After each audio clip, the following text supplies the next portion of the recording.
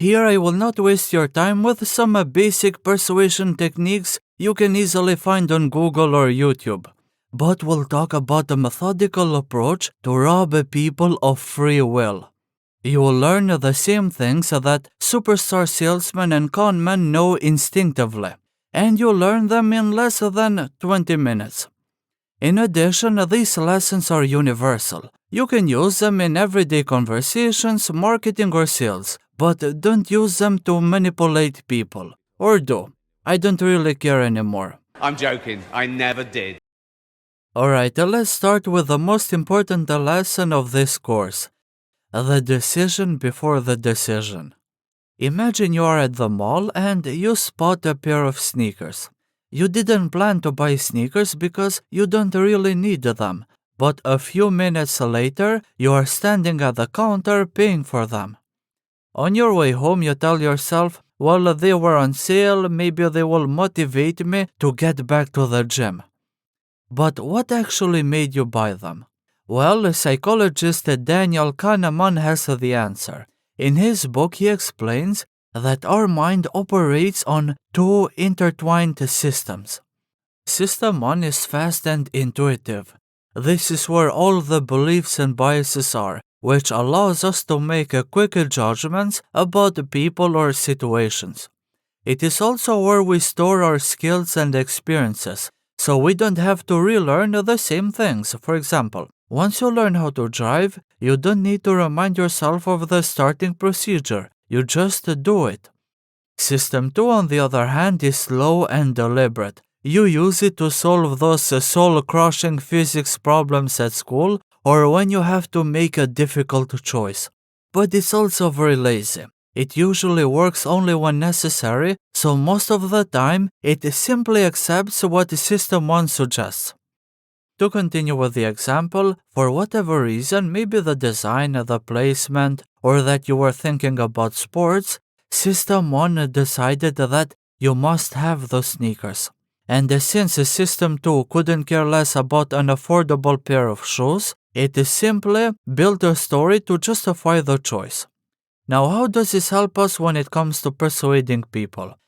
Every time you talk to people, their System 1 is evaluating you. Is this person safe? Is this subject interesting? Is it worth my incredibly scarce time and energy? If the answer to any of those questions is no, then you are done. They might nod politely, but mentally they have already checked out. So before you share an idea or even say a word, you need to make sure that their System 1 feels safe and curious. Now let's talk about how to do that. I will give you 4 simple habits you can use in every interaction to bypass the mental defenses. The first habit is to step into their world. Always think about what they desire, what they fear, and what they are trying to achieve at work or generally in life.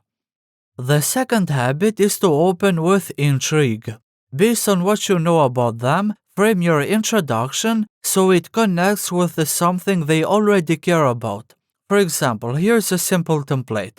If they are struggling with a painful problem, start by describing how it feels, then explain that there is a solution very few people know and use that as a bridge to your idea or product. It's the same thing if you want to pick a different angle, if you want to speak to their hopes and aspirations. In this case, you paint a picture of where they want to be and what that place really means for them. Because here's the thing. They will say, I want to get fit, I want to make more money, I want to be more confident. But beneath those statements, there are desires and fears. They might crave respect, freedom, peace of mind, or admiration. At the same time, they might have fears like regret, losing control, falling behind, and being rejected or ridiculed by others.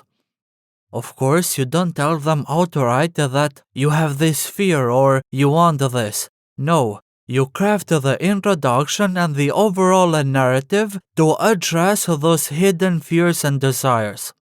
The third habit is to use simple language even if you're talking to a bunch of experts. What can help you a lot in this case is trying to learn as much as possible about your subject. because when you know your stuff, it's easier to make it simpler. I would also recommend noting down clever arguments or unique perspectives that you hear from others or that pop into your mind. The fourth habit is not to confuse brevity with clarity. Many people strive to pick the best words and keep everything short and polished, but this makes them sound like those typical politicians. I have to admit I've made this mistake myself for a long time, and I still struggle with it. But I have realized that as long as you understand the people and have some structure on how you speak so they can follow your train of thought, then everything is fine. You can express yourself freely, as if you're talking to your best friend. Let's move on to the next lesson. Give people permission to think. We all suppress some thoughts and feelings because we were taught that it's wrong to have them, or maybe we fear that saying them out loud will make people think less of us. And that is one of the main reasons we love comedians. They have this uncanny ability to say out loud what we are all thinking, but we are too afraid to admit. You know, they send the message, look, it's okay to think this way or feel this way. What's even more powerful is when they put into words exactly how we feel about an issue. Now, we might not become as funny as them, but we can create an environment where people can express themselves freely, where they can finally be honest with themselves. And you can do this by cultivating 3 simple habits. First, be open to new experiences. Try to meet new people and say yes to different situations, even if they make you uncomfortable. Second, take time to reflect on these experiences. What do they teach you about the world or yourself? And most importantly, avoid judging people. If you adopt these habits, you will become very charismatic, because you will instantly convey the feeling that it's comfortable talking to you and that they can open up to you about anything. Now the next lesson is a variation of this one. Give people permission to feel superior. Most people want to feel superior. They will not say it out loud, but it's there. It's the belief that you are smarter and have worked harder than the average person. The problem is that in every society, you are told to hide it, to act as if you are no better than the rest. Now, earlier I mentioned the habit of not judging people, and the same thing applies here. When someone is talking about their achievements, even if they are bragging, don't make that face that says that they have crossed a line. Because since people are used to hiding their pride, the moment they sense a judgment, they close off. Instead, ask them genuine questions about what they did and what were the biggest struggles. In addition, when you compliment people, don't use generic phrases like you're great, you're awesome, you're amazing. But be specific, like you see things others miss, or not everyone could have handled that. Affinity. In his book, The Ultimate Sales Letter, Dan Kennedy tells an interesting story about working with a food bank. This charity had been sending out letters that said, "These hungry children won't have a good Thanksgiving." It was already working, donations were coming in, but Dan saw an opportunity to make it even better. He was like, who is our target audience? They are mostly rich old people, right? So why don't we add another picture in the sales letter of a child who could easily look like their nephew or niece? Better yet, let's add a picture of a big family enjoying Thanksgiving dinner along with the caption, "You have plenty, they have none. You must help us." That's it, he didn't change anything else. The results? They got 3 times more donations. Now why did this work? Dan understood that these people would feel more compassion toward a child who looks like their nephew or niece. And it's not just them. We all have this tendency to help or connect more easily with people who feel familiar. However, the people who ran the charity didn't feel comfortable with this approach and reverted to the old message. They thought it was too manipulative. Compelling definitions. Giving definitions is the quickest way to lose people's attention because they are complicated, dry, and fucking boring. But every once in a while, you see someone explain a complex idea and make it feel alive. It's like watching a magician reveal a trick in slow motion and you're like, now I get it. It's quite simple actually. And one of those examples is from the presentation scene in the movie The Big Short. You have Jared Vanett, who is a banker with a crazy idea that the housing market will collapse and they can make a fortune by betting against it. If that weren't difficult enough, he's pitching the idea to four of the most skeptical, cynical people on Wall Street. Obviously, they are very hostile right from the start, but Jared is witty and prepared. And by the middle of the presentation, one of them says, "Alright, how can we bet against the housing market, as you say?" Now, when he introduces the credit default swap, which is the tool they will use to bet against the US housing market, he doesn't give a technical explanation full of numbers and jargon, even though he's talking to people who are in finance, right? So he answers, with something called a credit default swap. It's like insurance on the bond, and if it goes bust, you can make 10 to 1, even 20 to 1 return, and it's already slowly going bust. Now, you don't have to use the template in this exact order: definition, analogy, opportunity, urgency. You can adjust them as you see fit. But the idea is that you want to make sure that your explanation feels alive, because once people stop caring, it's game over. Framing. Many people tend to have the same style of arguing. They passionately make their case, but when it's your time to speak, you can tell from their faces that they are not actually listening. They are thinking about what to say next, or they constantly interrupt you, which is annoying as hell. In this case, you shouldn't continue talking. You need to stop, reframe the situation in your favor, and only then do you share your view.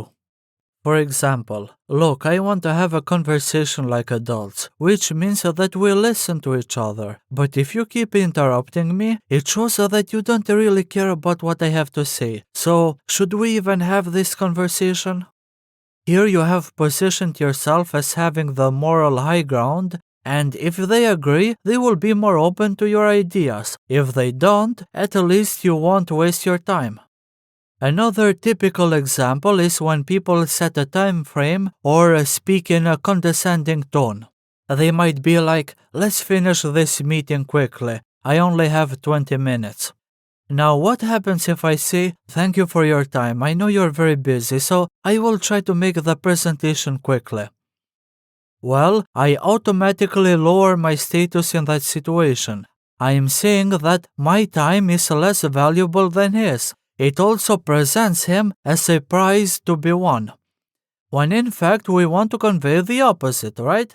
That our time is valuable, that he better not waste it, and that what we can offer can help him solve his painful problem. So when he says, "I only have 20 minutes, I could say, "That's okay, I only have 12. Or, "Well, we can schedule another time." With a simple response, you have framed the interaction in your favor.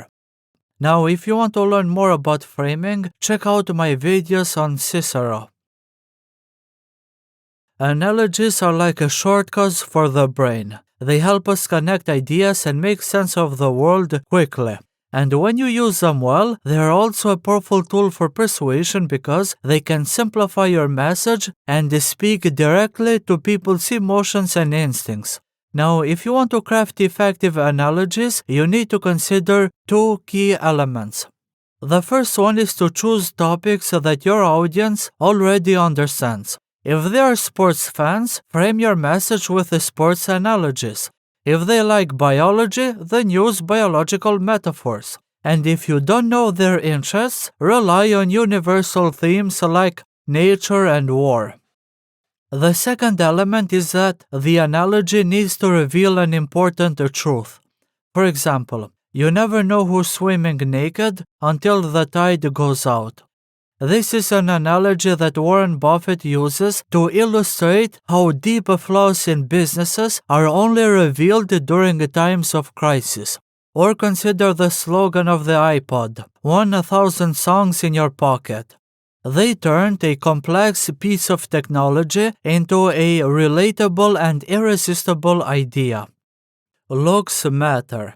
We have all heard the expressions, looks don't matter or don't judge a book by its cover, and that's a beautiful notion, but it's incorrect. In reality, we assess and judge people by how they present themselves, and the research consistently shows that we perceive attractive people as more likable, competent, and trustworthy. Now, if you are not physically attractive or you have no money, or both, does that mean that you are doomed to fail? Of course not. It just means that you have to work harder. You can go to the gym and build muscle, which will automatically make you look better, get a nice haircut, learn how to dress well, become an expert at something, and most importantly, develop a magnetic personality. Those who are good with people will always have lots of opportunities. Because at the end of the day, people may or may not judge you by how you look, but they will remember how you made them feel. And if you want to learn how to leave a lasting, strong impression wherever you go, check out my comprehensive course, The Social OS. It's everything I've learned over a decade about confidence, charisma, and persuasion.